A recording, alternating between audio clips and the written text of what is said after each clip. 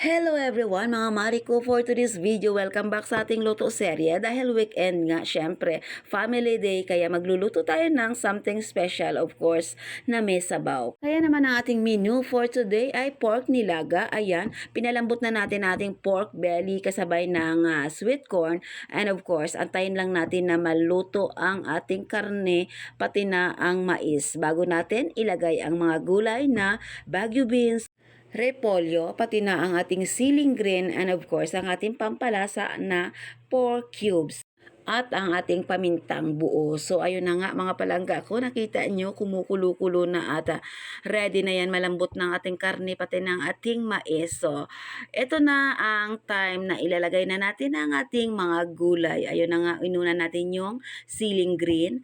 And then next, ang ating Baguio beans. Ayun, medyo ilublob lang natin siya sa kumukulong sabaw at pakuluan ng konti. At syempre, maya-maya ay next na ang ating pinakahuling gulay, ang ating cabbage.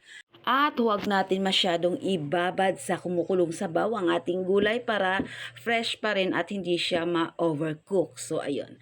Ito na nga ang pinakahuli, ang ating repolyo. Ayun.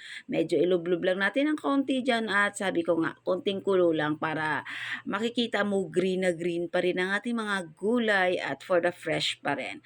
Ayun. Ayaw natin ng overcook.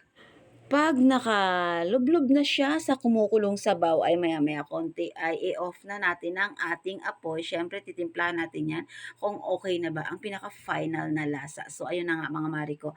Ready to serve na po ang ating pork nilaga for today's video. At kung nagustuhan nyo nga ito mga Mars ko, huwag kalimutan mag-like, comment down below at pakishare ng ating video and follow for more para updated kayo sa ating next Lotto serye na isi-share sa inyo. Thank you so much once again and have a great day.